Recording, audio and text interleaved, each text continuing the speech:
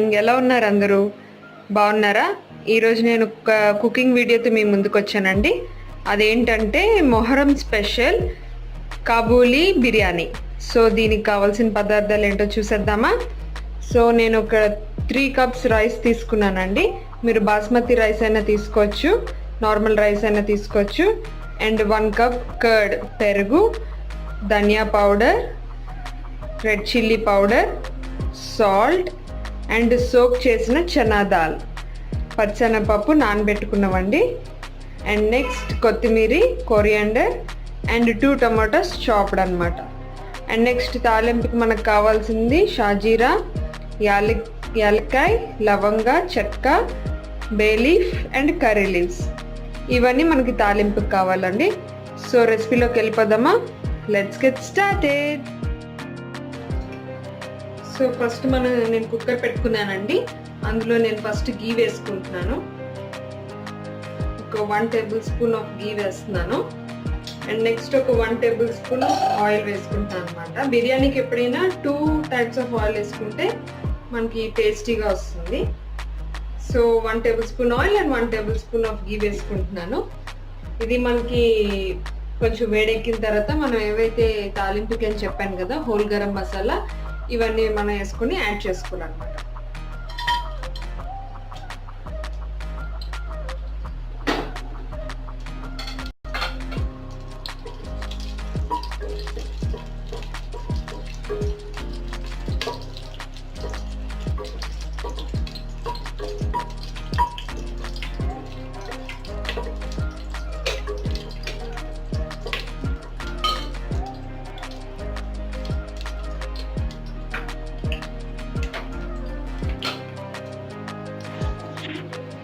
So ఇప్పుడు నేను ఒక 2 ఆనియన్స్ చాప్ చేసుకున్నానండి. అవి కూడా వేసుకుంటున్నాను. ఫస్ట్ ఆనియన్స్ వేసి మనం గోల్డెన్ బ్రౌన్ వచ్చినంత వరకు ఫ్రై చేసుకోవాలన్నమాట. కొంచెం ఎక్కువ ఫ్రై చేస్తే మనకి మంచి టేస్ట్ అనేది వస్తుంది. సో ఇందులో నేను ఏం చేస్తానంటే ఈ తాలింపు కొంచెం లైట్గా వేగిన తర్వాత, మరి ఓవర్గా వేయకూడదండి, ఎందుకంటే మసాలా కదా, ఎక్కువ వేగితే మనకి చేదులా వస్తుంది.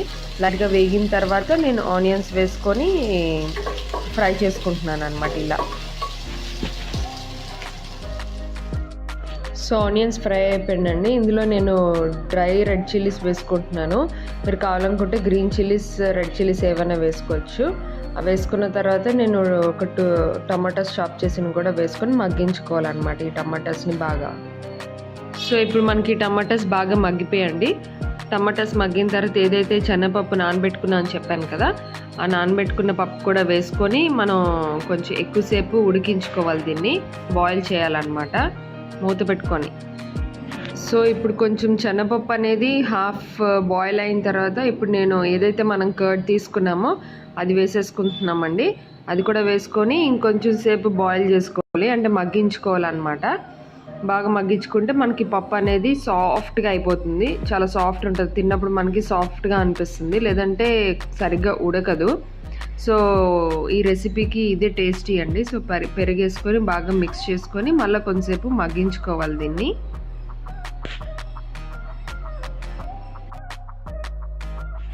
సో మగ్గుతుంది కదా, ఒక 5 మినిట్స్ మగ్గిన తర్వాత ఇప్పుడు మనం స్పైసెస్ అన్నీ యాడ్ చేసుకుందామండి.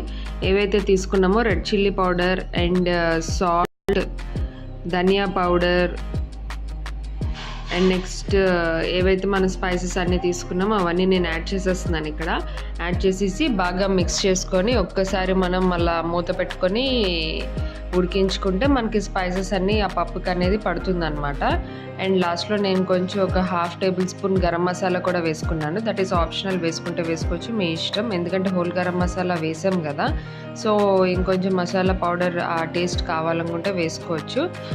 ఇలా వేసుకొని కొంచెం మగ్గించుకోవాలి.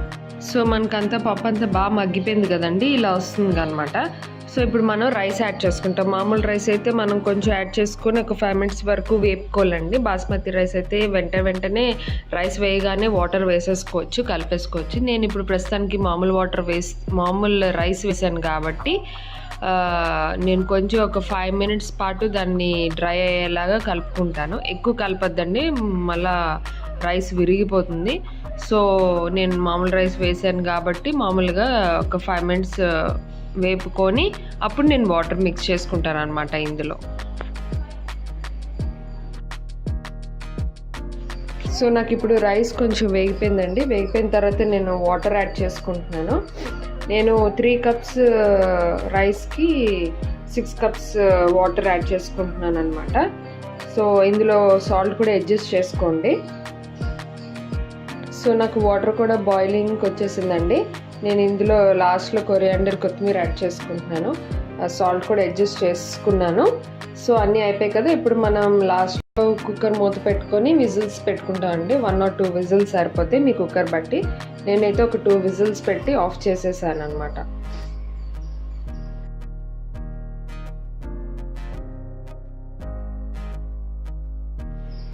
సో మనకి బిర్యానీ రెడీ.